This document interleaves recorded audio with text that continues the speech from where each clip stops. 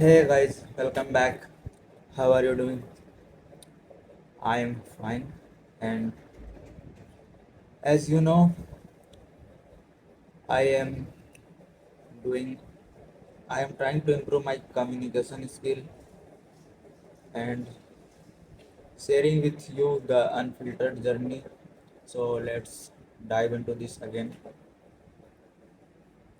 She entered my room and I slammed the door shut behind us. My room was furnished with the bare necessities a bed, a desk, and a chair and a study table. The walls were lined with certificates and pictures. So many certificates, he said, and she scanned them. They began right from the inter-college tournament I have won in the class 8 to the one I had for participation in the national game. My team from Bihar had come at. And are these photo of your friends? Those are friends from my old basketball team, I said, standing behind her. I stood close enough for her hair to touch me. We had never been alone together before. How about your family pictures? She said. I opened my study table drawer. I took out a photo of the Dumro Royal School annual day. My mother stood on the stage along with a student in red sweater. Your mom, she said, holding the picture. That's the principal. You have more pictures? Not really, I said. I rifled through the drawer. I found another black and white photo, but hid it. What is that? Nothing. So, no, it's childhood picture. Oh, then I definitely want to see it. She charged towards me. No, I protested and tried to shut the drawer. She laughed and tackled me like she did on the basketball court, treating the picture like the ball. On the court, our occasional touches means little. In the room, her jostling me felt electric. I want to grab her tight but didn't. I didn't want a scene like last time. I let her have the picture and stepped aside. She looked at it and began to laugh. How old are you in this? 4. The picture was of my parents and me standing outside the Haveli. My mother wore a sari with a ghungat covering half her face. I wore a vest and little else. Ria sat down on the bed. She examines the photograph like a detective solving a murder mystery. I sat next to her. Is that your Haveli? She said. I nodded. It's beautiful. That's 15 years ago. Now it's falling apart. She looked closer. A cow was visible in the background. Two kids sat under a tree with an old man. Who are they? Random people, perhaps some visitor. I told you, people come to us with their problem. For them, we are still the rulers. I had loved to go see it. I laughed. What? She said, puzzled. You in Bihar? Yeah, why not? I shook my head and laughed again. What's so funny, Rins? She said and tickled me. Stop it, I am ticklish, I said and laughed uncontrollably. You think I can't live my shelter life, no? She said, poking my stomach with her finger. I grabbed and held her. She realized it only after a few seconds. Hey, she said, what? You are holding me. Good observation. I looked straight into her eyes. She did not look away, even though I had zero experience with girl. I could tell this was a good sign. What? She said. She said. I leaned forward to kiss her. At the last moment, she moved her face away and I ended up kissing her cheek. Madhavja, she said, behave yourself. She said it in a firm voice, though without the anger she had shown that day on the lawn. I am behaving like myself. This is what I want to do. All you boys are the same, she said and slapped my wrist. You have experienced all boys? I raised my eyebrow. Shut up, okay, listen. Before I forget, I have to invite you to a party. Don't change the topic. Don't stick to one either. She said and extracted herself from my grip. She shifted into the study chair. Come here near me, I said. No, sir, I don't trust you. Really? Your best friend? Who is not behaving like a friend? She said, emphasizing the last word. I lack I lay back on the bed in the sulk, dangling my legs. I pick up a basketball from the bookshelf and spun it on my little finger. I said, I want to invite you to party. Are you paying attention? She said, what do you want attention for someone you don't trust? Next day, my next Saturday, my house, 800 Orange Road, she said, palm resting on her laps. I sat up on the bed. Your house, I said. Yes, the party is at my house. You are making me meet your parents. Yeah, why? They are going to be load of people. It's a party. Oh, what's the occasion? I said. Back to spinning the ball on my pinkies. My birthday party. Your birthday next month, 1 November. See, I remember. Dad wants me to celebrate it next week. We have family friend in town. I nodded and continued to look at the ball. With one scoop of her arm, she held the ball away from me. Hey, I protested. Is that a yes? Do I have a choice? She threw the ball at me. I missed my face and hit my neck. It missed my face and hit my neck. You are making it sound like a punishment. It's party invitation, she said. I will come on one condition. What? Come sit next to me. I patted the bed. She rolled her eyes, stood up, and come to sit down next to me. Why don't you let me hold you? I said and took her in my arms again. Well, you are not. You don't like it? Madhav, her policewoman voice was back. What is so wrong with you? I had issues with this stuff. I do. Issues? You know what? Forget it. So, see, you don't want to listen anyways. I am not ready for it. Ready for what? She shook her head. I brought my face closer to her. She looked at me. There you go again. What is it? Uh, a compulsion? Huh? She said. I keep quiet. Her light brown eyes continue to stare me down. No woman has ever meant more to me than you. She laughed. What?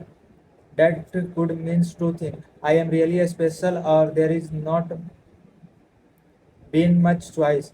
I couldn't answer. I bent forward and gave her a light peck on her lips. Gave her a light peck on her lips. She didn't protest but didn't join in either. Her lips felt soft and warm. I gave her another peck. She placed her hands on my chest and pushed me back. What? I said. I better leave, she said and stood up. Ria, we kissed, I said, excited. She looked at me, her brown eyes a deeper brown than usual. You really don't get girls, do you? What? Broadcasting it like a kids who found a candy jar. Sort of. Even better than candy though. Nice to know you find me better than a lollipop. I laughed. Are we dating? I said. She grabbed my collar. Madhavja, learn about girls or figure it out. But don't ruin it. Understand? She said. I didn't understand at all. I do, I said. By now, see me out. We tiptoed out of my room and walked to the Rudra exits. We saluted a thank you to the guard and left. I had always considered my selection to the Bihar state team as the happiest day of my life. After kissing Ria, the selection day became the second happiest. This was crazy. A, a girl in the hostel Asu slapped my back. What a stud. My hostel mate had come to my room. Fat Asu sat on my bed, making it creak like crazy. His back slap still hurt. Asu Rahman and Silas had become my core gang in Rudra. Ria couldn't be with me all the time, and we couldn't. I hung out with these guys.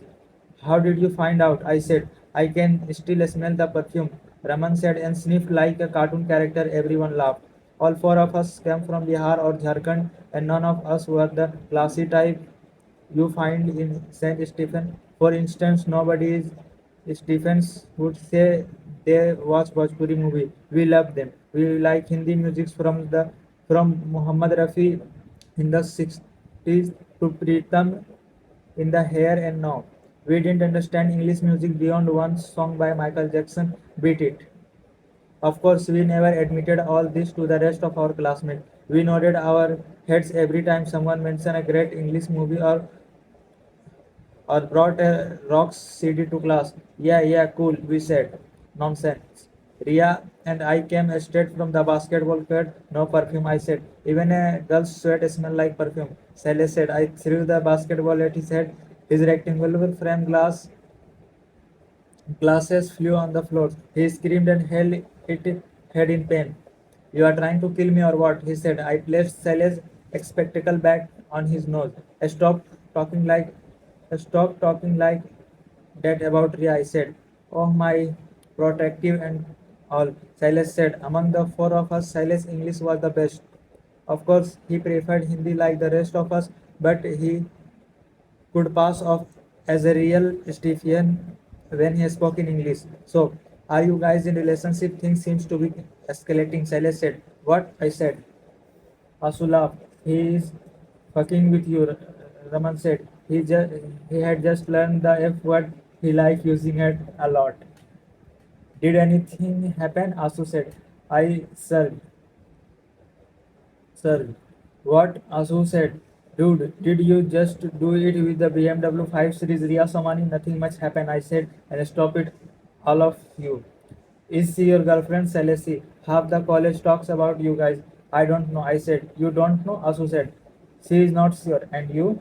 I keep quiet. You love her? Asu said. I smiled at Asu.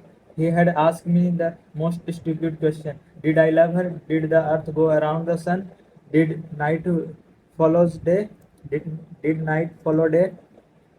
Gone, you are so gone. I can see it on your face, Asu said. He patted the bag, inviting the others to join him. My single bed groaned as three boys lay down on it. They stared at the ceiling as self-styled relationship expert. They offered advice. Be careful, Raman said, of this kind of girl. What the? I said, irritated. What kind of girl? And remove your shoes from the bed. I said on the study table and snatch up the basketball. Rich one, they need toys for time pass. Don't be a toy, Raman said. Toy? I am her best friend. Besides, she is different. Not money minded, I said. You know who her father is, Silas said, adjusting his glasses. Some big shot Marwari businessman, I said. Somani infrastructure. Your lady's daughter and his brother have 500 crore business. Saleh said. Asu and Raman whistle. 500 crore, Raman said. Where is she? Why is she here? She, why does she need to study at all? I threw a cushion at Raman. Son, what a backward Jharkhandi you are. You remind me of villages back home. People could study for no reasons. No? What reason? Asu said, craning his neck towards me. She, has, she is figuring herself out, her dream, passion, desire. Does she know your desires? Her best friend who wants to do her on her creaky hostel bed. Asu started to move aside to side to make the bed creak more. Everyone laughed. Shut up, bastard, I said. I need real advice to make sense of what was happening in my life. She invited me home for her birthday party. The three stayed up straight. Can we go? Can we come along? Asu said. No, you are useless, Raman said. The point is, should I go? I said. What? Raman said. Of course you should. Where does she stay? Aurangzeb Road. Where is it? One of the richest area in Lutyens, Delhi. See, that's why I am not sure if I should go. Why not? See, she will have her clan there. Everyone is going to see me. And you are afraid of that? Asu laughed. I would be if I were you. Shut up, Fatso. Celeste said. Listen, you have to go. If you want to get close to this girl, you have to meet these people one day anyways. They will judge me. I can't dress or talk like them. What nonsense. Just wear a nice white shirt, brown mind, Silas said. I kept quiet. Better get it over and done with. Raman said after a pause. What do you mean? I said. Boss, her rich and classy Marwari family is never going to approve of a villager. You, me, and the rest of us here know that, Raman said. The boy is a state level basketball and studies at St. Stephen's College, isn't that something? Celeste said. Raman Smith, still a Bihari farm boy, no? He said. I tremble. The image of rich judgment parents in a giant bungalow flashes across my mind. You are killing my confidence, Asu said. Damn, he loves her, okay? So, Raman said, she came on his room, no? She came to his room, no? Asu said, Madhav, boss, she came to your room, right? Knowing you are Bihari. She wants to visit Bihar, I said. There you go, Asu. Asu said. Raman rolled his eye. Go to the party, at least you will figure you will get free food. Asu said and patted my back again. That so hit so hard it hurts for days. All right. It's getting interesting. I mean it. So I will see you in the next video. Till then, keep going. You will see me around.